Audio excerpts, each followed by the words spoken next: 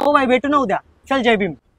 काय रे, हसलास का? अरे काय नाही, तू ते जय भीम बोललास ना आता. हा मग. अरे पण काय ह्याचा अर्थ काय? अरे माणूस असून माणसासारखा जगण्याचा हक्क नव्हता, तो वाघासारखं जगायला शिकवलं बाबासाहेबांनी. त्यांचा जय जयकार करायला नको? अरे हो, पण अजून किती वर्ष? अरे त्यांच्या कर्तृत्वाची परतफेड करायला ना जन्म अपुरे पडतील. 3000 वर्ष गुलामीच्या बंधनात बंदिस्त होतो. आता तर फक्त 70 वर्षच झालेत. कोणाला काय त्रास होतोय? अरे कोणाला त्रास वगैरे होत नाहीये, मी फक्त सांगतोय की संविधानामुळे. हा, पुन्हा फिरून फिरून गोष्ट आहे ते संविधानावर. चला, संविधान पटत नाहीये ना, आपण बदलूयात. पण बाबासाहेबांनी एवढी बुद्धिमत्ता असणाऱ्या व्यक्तीला घेऊन येऊ शकता का? BA, MA, PhD, MSc, bar at law, DSc, LLD, DLIT, number 1 scholar in the world. एवढ्या डिग्री घेतल्यात की कोणी?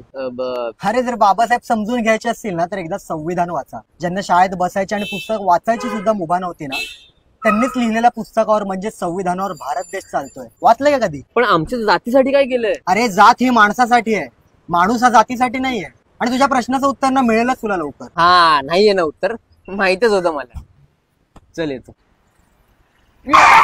अरे लागलं ना पायाला, काय दिसत नाही? अरे दादा सॉरी सॉरी सॉरी. अरे कायद्यानुसार तुझ्यावर केस करू शकतो मी. तू इतकं दिलं आम्हा हे कधी सरावं, तू इतकं दिलं आम्हा हे कधी सरावं. तुला देव म्हणावं की भीमराव म्हणावं, तुला देव म्हणावं की भीमराव म्हणावं.